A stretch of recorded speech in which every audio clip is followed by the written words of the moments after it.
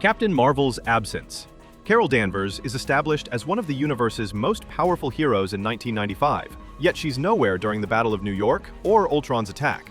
But the biggest gap? Her complete absence during Infinity War, when Thanos is literally collecting the stones to wipe out half the universe. Fury only pages her after the snap has already happened, when half of all life is dust. Why not call during the massive spaceship battle in New York? Or when Vision was being attacked in Scotland? Apparently, a pager that works across galaxies doesn't qualify for call before the apocalypse actually happens. Then in Endgame, she shows up for 5 minutes, leaves for most of the movie, and returns just in time for the final battle.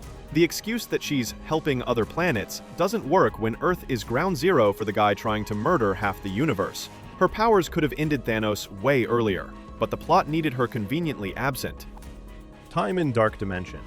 Doctor Strange defeats Dormammu by trapping him in a time loop using the Time Stone.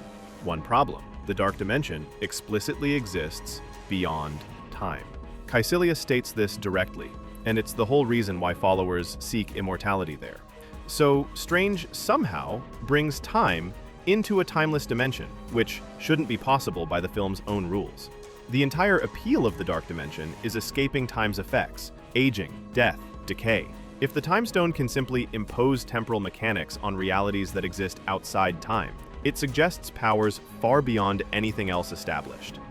The movie treats this like a clever trick, but it's actually breaking fundamental laws they spent the whole film establishing.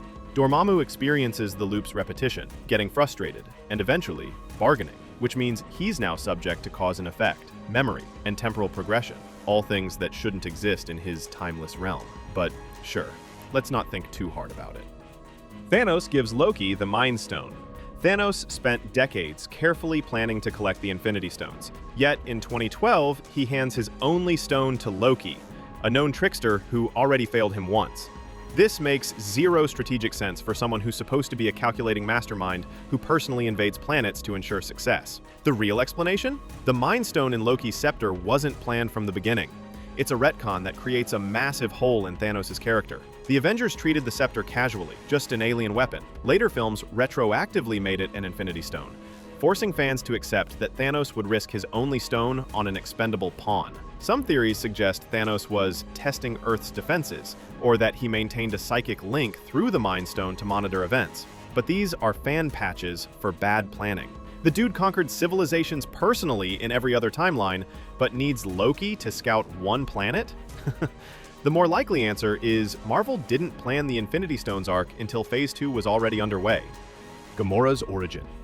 The Novacore database in Guardians of the Galaxy clearly identifies Gamora as the last survivor of the Zehoberai people. But Infinity War shows Thanos sparing half her planet during his attack, and he later tells her the survivors are thriving. So, which is it? Did half survive, or is she the last one? The Russo brothers acknowledged this inconsistency and suggested either Thanos lied or the survivors eventually died out. That's not an explanation. That's admitting you created a plot hole and hoping we pick our favorite excuse. This fundamentally changes Gamora's tragedy. If thousands of her people survived, her status as the last of her kind loses all emotional weight. Homecoming's timeline error.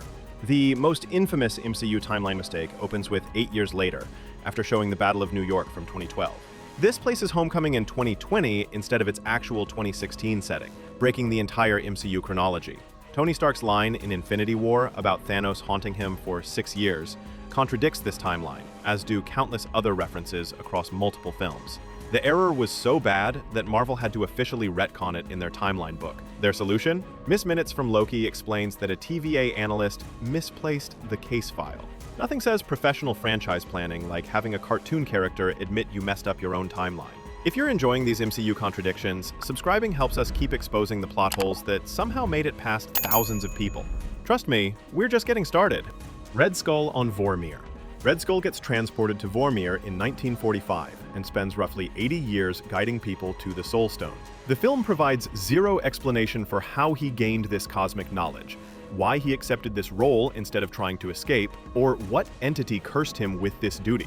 This is the same ambitious Nazi leader from the first Avenger who sought the Tesseract for world domination, now transformed into a mystical guide with complete personality change? Did 70 years of isolation do that? Was it the Soul Stone's influence? The Space Stone's punishment for his arrogance?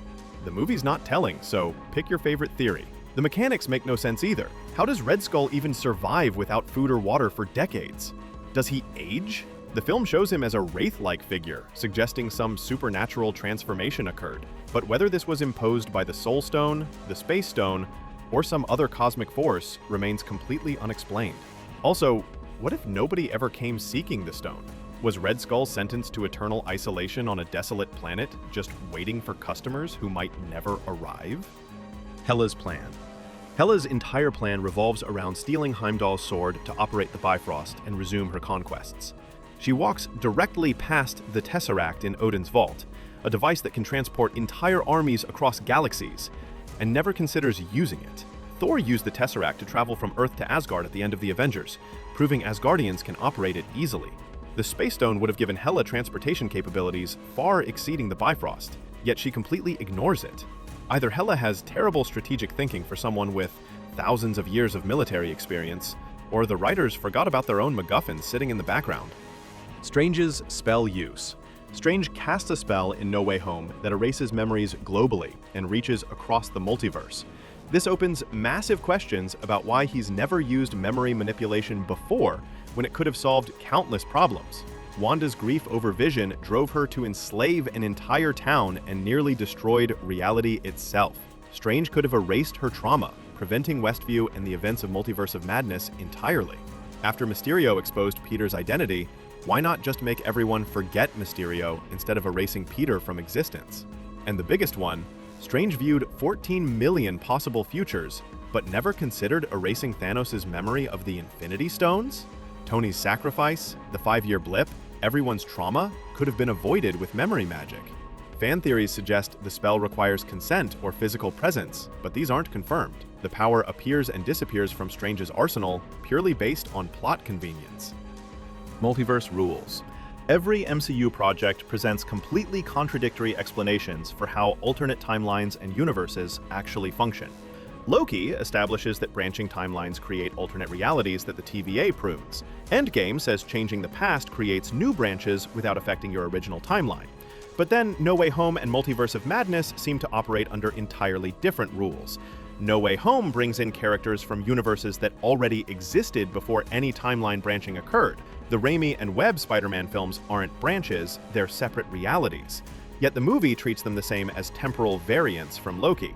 Then, Multiverse of Madness introduces incursions, where universes can collide and destroy each other, which contradicts the idea that separate realities exist safely in parallel. The film also suggests dreamwalking between universes, America Chavez's star portals, and Strange's spell all access the multiverse differently, with no unified mechanics explaining how any of it actually works. Star-Lord's powers, Guardians Volume 2, establishes Peter's powers come from his connection to Ego, with Ego warning that killing him makes Peter just like everyone else. The film shows Peter's celestial energy visibly fading after Ego's destruction, seemingly confirming he lost his abilities permanently. But this creates massive logic problems. Peter held an Infinity Stone in the first Guardians film before ever meeting Ego, suggesting some inherent celestial power. The Power Stone destroys anyone who touches it. Yet, Peter survived long enough for the other Guardians to share the burden. If his abilities depended entirely on Ego being alive, how did he withstand the stone's energy? The timing of when his powers manifest makes no sense either.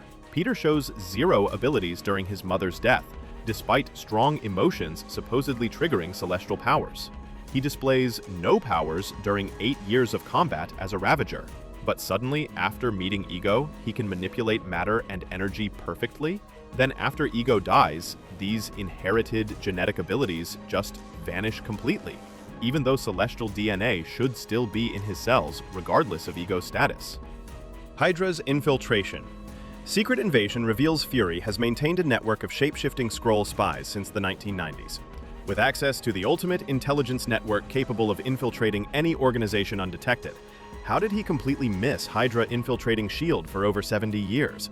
Skrulls can become anyone, access any location, copy fingerprints and retinas, and gather any intel without detection. Yet Fury's entire organization, the one he built and personally ran, gets thoroughly compromised by Hydra agents, and his supernatural spy network never detects it? That's not just incompetence, that fundamentally breaks the premise of having Skrull allies who can go literally anywhere. When Black Widow leaked S.H.I.E.L.D.'s databases in Winter Soldier, this should have exposed Skrull operations worldwide and caused mass panic. The series even confirms Phil Coulson was listed as a known Skrull enemy in those files. Yet somehow nobody noticed the part about alien shapeshifters secretly living on Earth for 3 decades? The absence of any public reaction to this revelation makes the entire timeline collapse. Vision's powers. Vision demonstrates precise density control in Civil War, phasing through floors and becoming intangible at will. But in Infinity War, he apparently forgets how to use these same abilities when fighting the Black Order. Vision's body is made of vibranium, the strongest metal on Earth that can absorb kinetic energy. Combined with his density manipulation, he should be nearly invulnerable. Yet Corvus Glaive's weapon stabs straight through him like he's made of tissue paper, and he struggles throughout the film like his powers don't exist. The film never explains why vibranium suddenly becomes penetrable, or when his phasing abilities work. Almost he's unstoppable, other times conventional attacks injure him, despite his established capabilities. His combat effectiveness fluctuates based purely on what the plot needs at any given moment. Terrigen Crystals. Agents of S.H.I.E.L.D. Season 2 ends with Terrigen Crystals dissolving into Earth's oceans, spreading through the entire water supply within 17 months.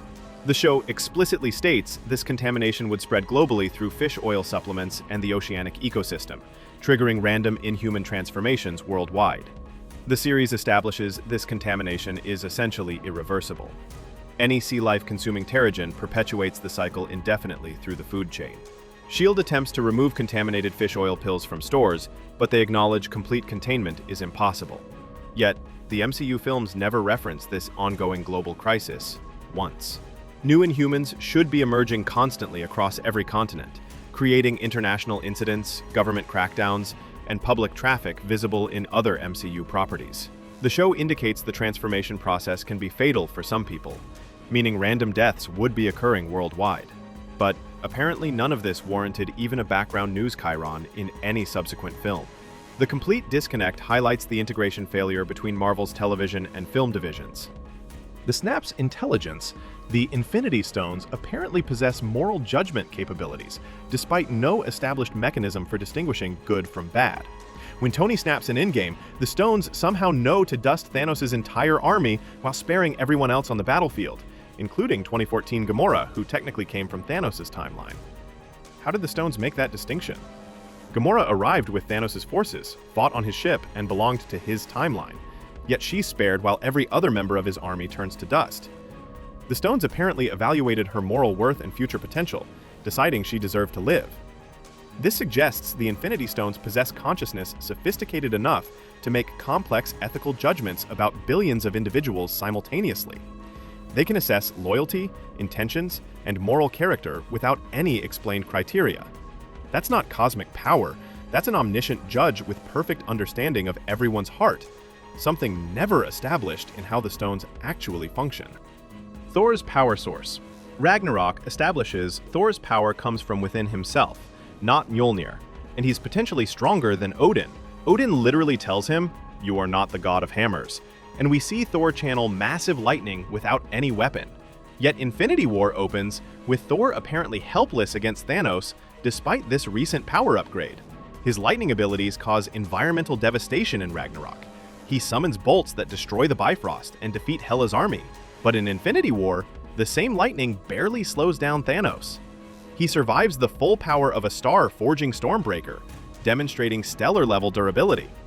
Then he gets injured by Thanos' children, opponents who shouldn't be able to harm someone capable of withstanding a neutron star's energy. The writers explained Thor has stamina limitations after his initial fight with Thanos on the Asgardian ship.